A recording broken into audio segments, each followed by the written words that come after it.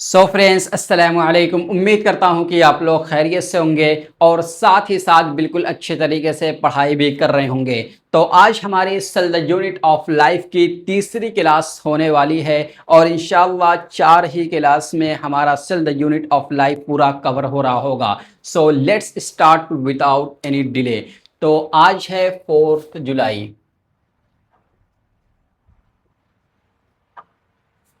ठीक है, तो आज हम लोग जो जो टॉपिक पढ़ने वाले हैं वो आपके सामने है। सबसे पहले हम लोग पढ़ेंगे सेल वॉल के बारे में, फिर उसके बाद हम लोग इंडोमेम्ब्रेन सिस्टम के हर एक पार्ट के बारे में पढ़ेंगे, जैसे कि इंडोप्लाज्मिक रेटिकुलम हो गया, गोल्जी एपरेटस हो गया और इसी तरीके से लाइसोसोम एंड वैक्यूल्स हो गया। So today we are going to cover all these topic in detail. So let's start without any delay. सबसे पहली चीज जो और पहली टॉपिक है वो है सेल वॉल। सेल वॉल क्या होती है? Cell wall is a non living rigid structure. Rigid का मतलब होता है सख्त और ठोस।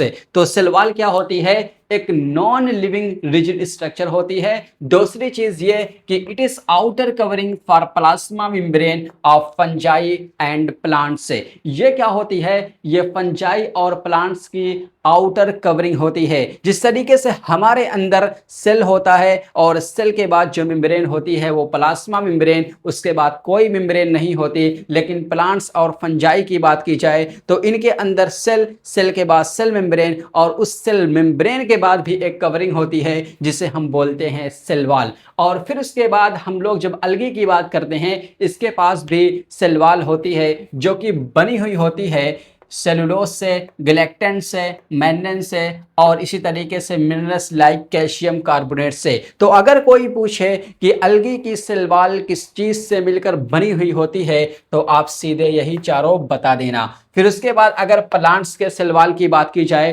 तो इसकी जो सेल वॉल होती है वो बनी होती है सेलुलोज से, हेमी सेलुलोज से, पेक्टिन्स एंड प्रोटीन से। सो ये इतनी बात हो गई। अब उसके बाद जो हमारा अगला पॉइंट है वो है कि सेल वॉल जो होती है ये लेस परमेबल होती है। लेस परमेबल का क्या मतलब? हमने सेल मेम्ब्रेन में या जिसे प्लाज्मा मेम्ब्रेन बोलते हैं उसमें हमने ये पढ़ा था कि वो सेलेक्टिव परमेबल होती है, यानी कि आयंस एंड मॉलिक्यूल्स को सेलेक्ट करके अंदर या बाहर भेजती है। और ये लेस परमेबल होती है। लेस परमेबल का मतलब ये होता है कि ये छोटे छोटे मॉलिक्यूल्स को ये अंदर या बाहर नहीं जाने देती, उससे सेलेक्ट नहीं कर पाती। ये क्या करती है? सिर्फ और सिर्फ लार्ज मॉलिक्यूल्स जो होते हैं, जो बड़े बड़े मॉलिक्यूल्स होते हैं, सिर्फ उन्हीं को प्रिवेंट कर पाती है। छोटे मॉलिक्यूल्स को ये प्रिवेंट नहीं कर पाती, इसीलिए ये बहुत कम परमेबल मानी जाती है। और फिर उसके बाद यहां पर आप देखें कि ये है एक यंग सेल और ये एक मैच्योर्ड सेल। ठीक है, ये एक मैच्योर्ड सेल है और ये एक यंग सेल है। चलिए इसमें हम समझते हैं। सबसे पहली चीज ये है सेल मेम्ब्रेन और ये है प्राइमरी सेल वॉल। यानी कि जब एक सेल वॉल यंग होती है तो उसके अंदर जो प्राइमरी सेल वॉल होती है, इसके अंदर क्या हो रहा होता है? ग्रोथ हो रही होती है। इसके अंदर क्या हो रहा होता है? ग्रोथ हो रही होती है। लेकिन जब यही प्राइमरी सेल वॉल धीरे धीरे मैच्योर हो जाती है तो ये प्राइमरी सेल वॉल डिमिनिश होना स्टार्ट हो जाती है, यानी कि डिसअपियर, गायब होना स्टार्ट हो जाती है। और फिर यहाँ पर सेकेंडरी सेल वॉल का फॉर्मेशन होता है। Secondary cell wall formed on the inner side of the primary wall, यानी कि ये जो सेकेंडरी सेल वॉल होती है ये प्राइमरी सेल वॉल के इनर में फॉर्म करती है। ठीक है, यानी कि जब एक सेल वॉल यंग होती है तो उसकी जो प्राइमरी सेल वॉल होती है वो ग्रो कर रही होती है, लेकिन जैसे जैसे वो मैच्योर होती है और आफ्टर मैच्योर्ड ये क्या करती है कि धीरे धीरे ये प्राइमरी सेल वॉल क्या होने लगती है? गायब होने लगती है, डिमिनिश होने लगती है। और यहाँ पर सेकेंडरी सेल वॉल का फॉर्मेशन होता है जो कि रिजिड होती है। ठीक है, और फिर उसके बाद उसी में एक टर्म आता है मिडल लैमेला। मिडल लैमेला ये क्या होती है? ये कैल्शियम पेक्टेट से मिलकर बनी हुई होती है और इस पर नीट में क्वेश्चन भी पूछे जा चुके हैं कि मिडल लैमेली किस चीज से मिलकर बनी हुई होती है? वो कैल्शियम पेक्टेट से मिलकर बनी हुई होती है। और ये क्या करती है कि middle lamellae holds or glues different neighbouring cell, यानी कि प्लांट्स के 2 सेल हैं आसपास, यानी कि नेबर मतलब क्या, आसपास। मान लो प्लांट्स के दो सेल हैं, उन दोनों को होल्ड करके या कनेक्ट करके कौन रखती है, ये है मिडल लैमेली, जो कि कैल्शियम पिक्टेट से मिलकर बनी हुई होती है। इसी तरीके से अगर मैं बात करूं प्लाज्मोडेस्माटा, प्लाज्मोडेस्माटा क्या होता है, ये क्या करता है, it connects cytoplasm of neighbouring cell. ये क्या करता है, हमने देखा कि जो दो प्लांट सेल थे उन दोनों को कनेक्ट करके या होल्ड करके कौन रखता है, वो है आपकी मिडल लैमेली। जबकि प्लाज्मोडेस्माटा क्या करता है, इन दो सेल का जो साइटोप्लाज्म होता है उन दोनों को कनेक्ट कौन करता है, प्लाज्मोडेस्माटा। प्लाज्मोडेस्माटा बेसिकली दो प्लांट सेल के साइटोप्लाज्म को क्या करता है, कनेक्ट करता है। जबकि जो मिडल लैमेली है, ये दो सेल को, दो नेबरिंग सेल को क्या करती है, कनेक्ट कर रही होती है। उम्मीद करता हूं कि आपको सेल वॉल का जो पूरा टॉपिक है वो समझ में आ चुका होगा। Let's move ahead. तो हमारी जो नेक्स्ट टॉपिक है वो है इंडोमेम्ब्रेन सिस्टम। इसमें बेसिकली 4 मेम्ब्रेन होती है, ठीक है। इसमें 4 पार्ट होते हैं। इंडोमेम्ब्रेन सिस्टम जो होता है वो बेसिकली 4 मेम्ब्रेनस से मिलकर बना हुआ होता है। ये क्या क्या, endoplasmic reticulum, Golgi complex, lysosome and vacuoles से। तो इंडोमेम्ब्रेन सिस्टम में कितने आते हैं, सिर्फ यही 4 आते हैं, EGLB।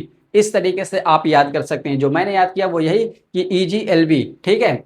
तो ये क्या होते हैं, फंक्शनली कोऑर्डिनेटेड होते हैं। फंक्शनली कोऑर्डिनेटेड का मतलब क्या हुआ, फंक्शनली कोऑर्डिनेटेड का मतलब ये होता है कि जैसे कि मान लो ये इंडोप्लाज्मिक रेटिकुलम, ये क्या करता है, मान लो अगर ये लिपिड का फॉर्मेशन करता है या एंजाइम या प्रोटीन का फॉर्मेशन करता है, तो फिर वो भेजता है कहां पर, गोल्गी कॉम्प्लेक्स के बाद। अब ये गोल्गी कॉम्प्लेक्स क्या करती है, वेसाइकिल के फॉर्म में इसे स्टोर करती है और फिर इसको भेजती है लाइसोसोम के पास है। अगर लाइसोसोम के पास भेजेगी तो वहां पर उसका डाइजेशन होगा, और अगर वैक्यूल्स के पास भेजेगी तो वहां पर उसका स्टोरेज होगा। यानी कि हर एक चीज आपस में कोऑर्डिनेट है, जुड़ी हुई है, तो इसी को बोलते हैं कोऑर्डिनेशन। यानी कि जो इंडोमेम्ब्रेन सिस्टम होती है वो कोऑर्डिनेटली वर्क कर रही होती है। तो चलिए हम लोग हर एक को बिल्कुल अलग अलग तरीके से पढ़ते हैं, एक एक टॉपिक को कवर करते हैं। सबसे पहली चीज, और इस बार नीट 2026 में यही क्वेश्चन भी आया था कि इंडोमेम्ब्रेनस सिस्टम आर,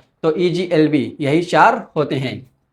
तो सबसे पहली चीज, अगर मैं इंडोमेम्ब्रेन सिस्टम की बात करूं तो ये क्या होता है, जब हमने electron microscopic study showed the presence of tiny tubular structure scattered in the cytoplasm, यानी कि जब हमने इलेक्ट्रॉन माइक्रोस्कोप की स्टडी की उस वक्त हमें यह पता चला कि ये जो इंडोप्लाज्मिक रेटिकुलम होते हैं ये छोटे छोटे और ट्यूबुलर स्ट्रक्चर इनका होता है जो कि साइटोप्लाज्म में बिखरे हुए होते हैं। और फिर उसके बाद ये जो इंडोप्लाज्मिक रेटिकुलम होते हैं ये 2 तरह के होते हैं, एक होता है स्मूथ इंडोप्लाज्मिक रेटिकुलम, दूसरा होता है रफ इंडोप्लाज्मिक रेटिकुलम। अगर कोई भी चीज स्मूथ है, व्हाट डज इट मीन, इसका मतलब कि वो बिल्कुल चिकनी है, उस पर कोई भी चीज मौजूद नहीं होगा। इसीलिए जो स्मूथ इंडोप्लाज्मिक रेटिकुलम है उसके ऊपर राइबोसोम एब्सेंट होता है। जबकि अगर बात की जाए रफ इंडोप्लाज्मिक रेटिकुलम की तो उस पर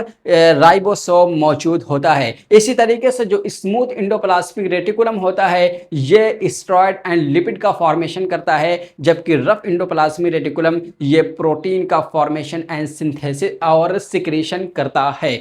आप देख सकते हैं इस रफ स्मूथ इंडोप्लाज्मिक रेटिकुलम क्या करता है, इसमें राइबोसोम एब्सेंट होती है, दूसरा ये सिंथेसिस स्टेरॉइड एंड लिपिड्स का फॉर्मेशन करता है, सिंथेसिस बोलो चाहे फॉर्मेशन बोलो। फिर उसके बाद रफ इंडोप्लाज्मिक रेटिकुलम, इसमें राइबोसोम मौजूद होता है और ये एक्टिवली इन्वॉल्व होता है किसके, प्रोटीन के सिंथेसिस में और सिक्रेशन में। और फिर उसके बाद जो इंडोप्लाज्मिक रेटिकुलम है इसका इंट्रासेलुलर स्पेस 2 हिस्सों में बटा होता है, एक होता है ल्यूमिनल, दूसरा होता है एक्स्ट्रा ल्यूमिनल। जो ल्यूमिनल होता है वो इंडोप्लाज्मिक रेटिकुलम के अंदर होता है, जो इंट्रा ल्यूमिनल होता है वो साइटोप्लाज्मिक कंपार्टमेंट होता है, साइटोप्लाज्म में होता है।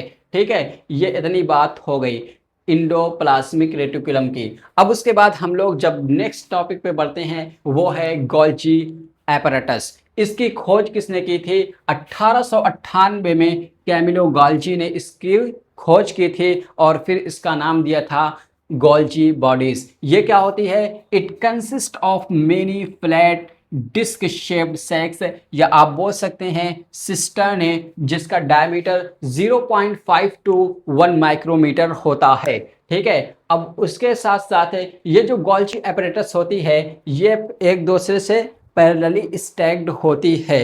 आप देख सकते हैं, आपके पास अगर इंसर्टी होगी उसमें आप बड़ी आसानी से इसका डायग्राम देख सकते हैं। ठीक है, ये इंडोप्लाज्मिक रेटिकुलम का हो गया, और ये गोल्जी कम्प्लेक्स का ये पैरेलली देख सकते हैं अरेंज होती हैं। ठीक है, और फिर उसके बाद मैं अगर बात करूं नेक्स्ट पॉइंट की, वो ये कि ये कंसेंट्रिकली अरेंज होते हैं न्यूक्लियस के पास। मान लो ये हमने मैथ में आपने ज़रूर पढ़ा होगा कि मान लो ये सेंटर है, इस सेंटर से ये एक सर्कल, फिर दूसरा सर्कल, तीसरा सर्कल, ये कई सारे सर्कल, इसी को हम लोग क्या बोलते हैं?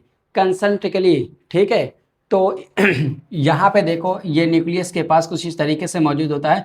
अगर मैं इसको पूरा मिला दूँ, ये एक सर्कल, दो सर्कल, 3 सर्कल, 4 सर्कल, यानी कि ये एक तो कंसेंट्रिकली अरेंज होते हैं और ये स्टैक होते हैं पैरेलली। ठीक है, और फिर उसके बाद इनके पास 2 फेसेस होते हैं, एक होता है फॉर्मिंग या सिस या कॉन्वेक्स फेस जिसे बोलते हैं, दूसरा होता है मैच्योर ट्रांस या कॉन्केव फेस जिसे बोलते हैं। अब इसका फंक्शन क्या होता है? इसका फंक्शन क्या है? एक तो मटेरियल को पैकेज करना, दूसरा ये कि ग्लाइकोजन एंड ग्लाइकोलिपिड की फॉर्मेशन करना। ये कौन करता है? ये गोल्जी कम्प्लेक्स या गोल्जी apparatus जिसे बोलते हैं वो करता है। अब चलिए जान लेते हैं कि आखिर इसका प्रोसेस कैसे होता है। कोई भी चीज़ अगर होती है या पैकेज होकर के कैसे किस फेस में जाती है उसके बारे में चलिए जान लेते हैं। सबसे पहली चीज़, मान लो इंडोप्लाज्मिक रेटिकुलम ने क्या किया? इंजाइम का फॉर्मेशन या लिपिड का फॉर्मेशन या प्रोटीन का फॉर्मेशन किया, तो वो भेजता है किसमें?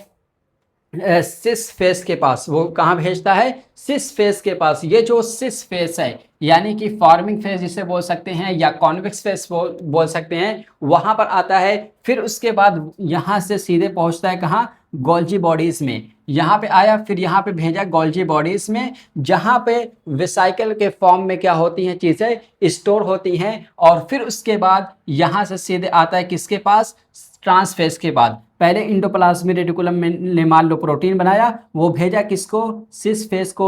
सिस फेस से आगे बढ़ी गोल्जी बॉडीज के पास गई, गोल्जी बॉडीज के बाद ये पहुंची ट्रांसफेस पे, और फिर ट्रांसफेस से ये अपने टारगेट पे पहुंचती है। वो टारगेट या तो लाइसोसोम हो सकता है या फिर वैक्यूल्स हो सकता है। अगर वो टारगेट लाइसोसोम है तो फिर वहां पर डाइजेशन होगा, और अगर वो टारगेट वैक्यूल्स है तो फिर वहां पर वो स्टोरेज शो करेगी।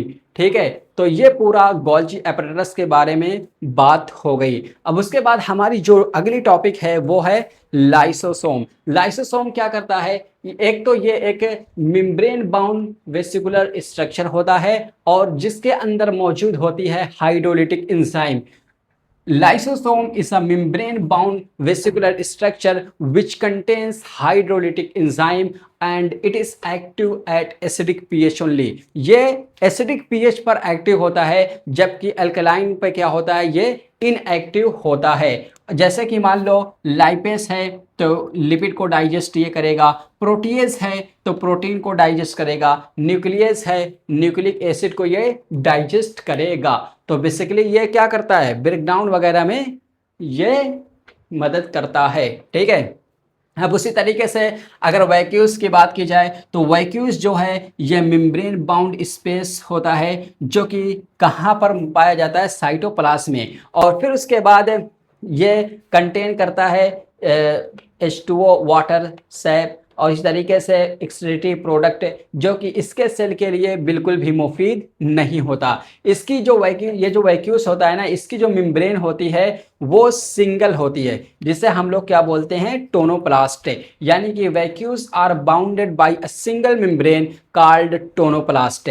अब टोनोप्लास्ट के बारे में जान लेते हैं। टोनोप्लास्ट क्या करती है? Tonoplast basically it facilitates transport of number of ions and other materials against concentration gradient है। ये क्या करती है? सबसे पहली चीज कि बहुत सारे आयंस को ट्रांसपोर्ट करती है और इसी तरीके से कई सारे मटेरियल्स को कंसंट्रेशन के अगेंस्ट क्या करती है? ये ट्रांसपोर्ट करती है। What does it mean against concentration gradients?